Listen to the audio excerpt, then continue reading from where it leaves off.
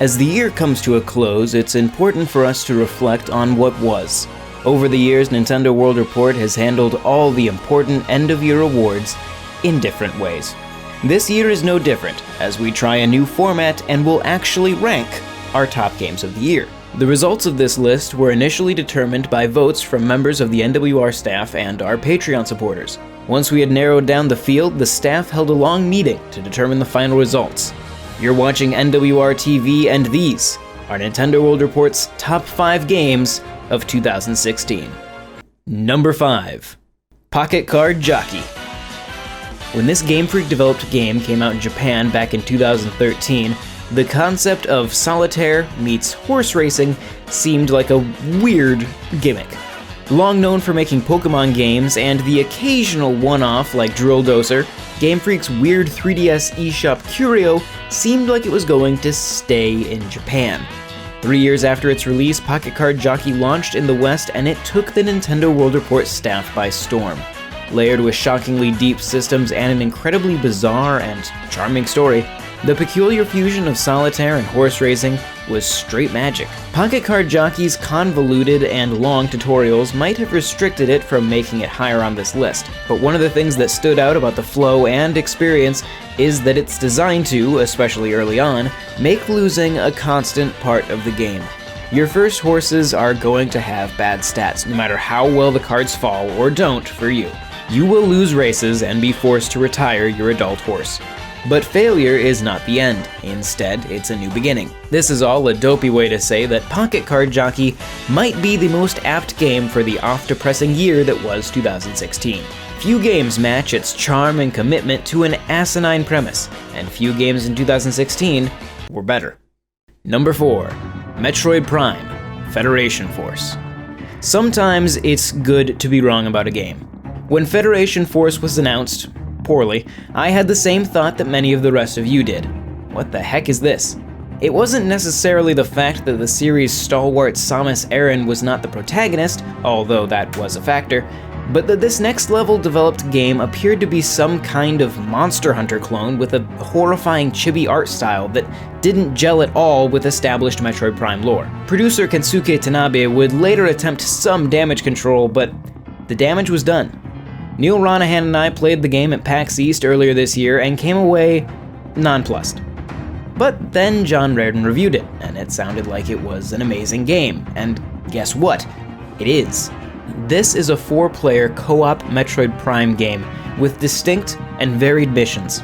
You can play all the missions solo, but that won't really get you very far, and besides, Federation Force shines best when you get a group of competent players together and get on Skype, because true to form, Nintendo didn't implement voice chat. This is actually disastrous if the randos you're rolling with have no idea what they're doing, or one of them is a troll, but for real, Federation Force is a genuinely amazing game with great gameplay, lots of customization, and let's be honest, a crazy finale. Oh, and there's Blast Ball too. It's kinda like Rocket League. It's also a crime that the ridiculous pre-release hate that this game received translated to tragically low sales and a comically short online lifespan. Anyone out there wanna play some Federation Force? I've got some more medals I need to get. Please? Number 3. Picross 3D Round 2. The original Picross 3D came out of nowhere to be one of the best games on the Nintendo DS, taking the traditional Picross grid and mapping it to a block of cubes to chip away from. HAL Laboratories created a mind-bending logic puzzle that could only work in a video game. The 3DS sequel, Picross 3D Round 2, took a while to come out in the West after its Japanese release, especially in Europe, but it was well worth the wait.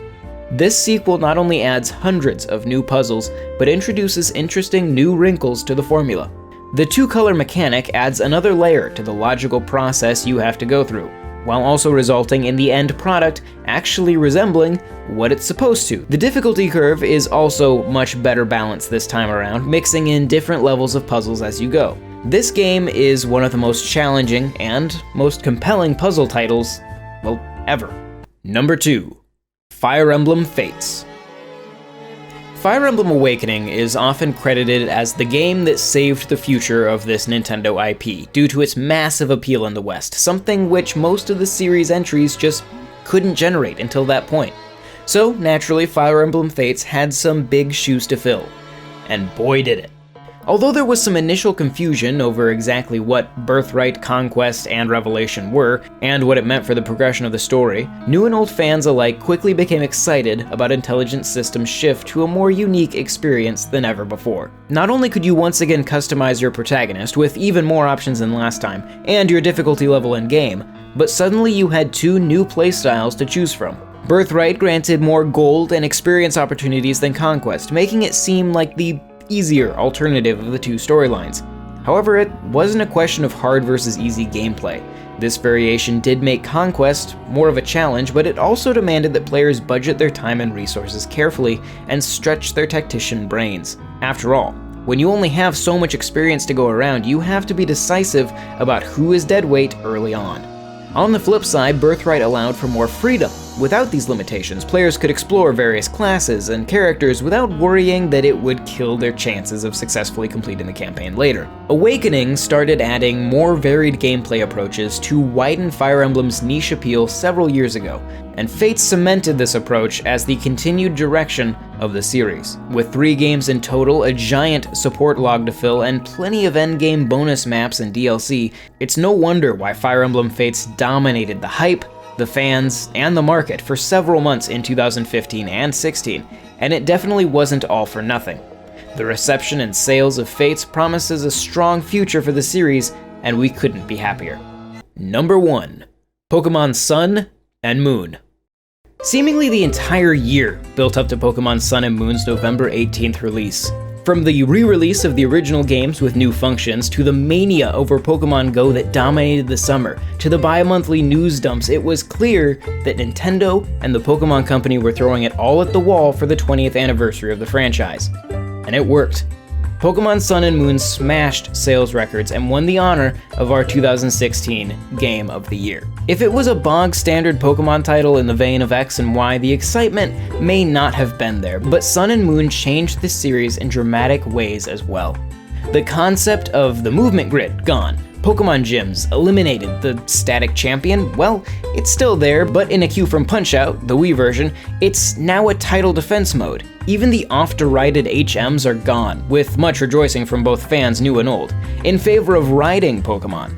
There's a story with relatable characters which hasn't been seen since the days of Unova. Some of the features could use a tweak, but all minor complaints aside, the game struck a major chord with our staff.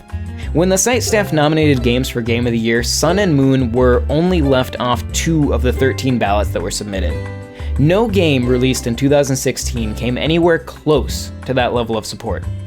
Game Freak has had one hell of a year, with 2 games in the top 5, but Sun and Moon shone brighter than everything else. Now Nebby, get in the damn bag. Thank you all very much for watching and for sticking with us through 2016. If you enjoyed this video, be sure to subscribe to Nintendo World Report TV because we do stuff like this all the time.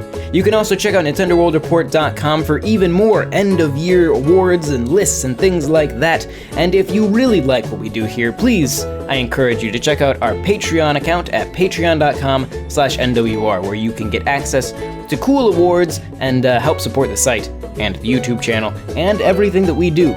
Once again, thank you very much for watching, and we will continue to see you in 2017.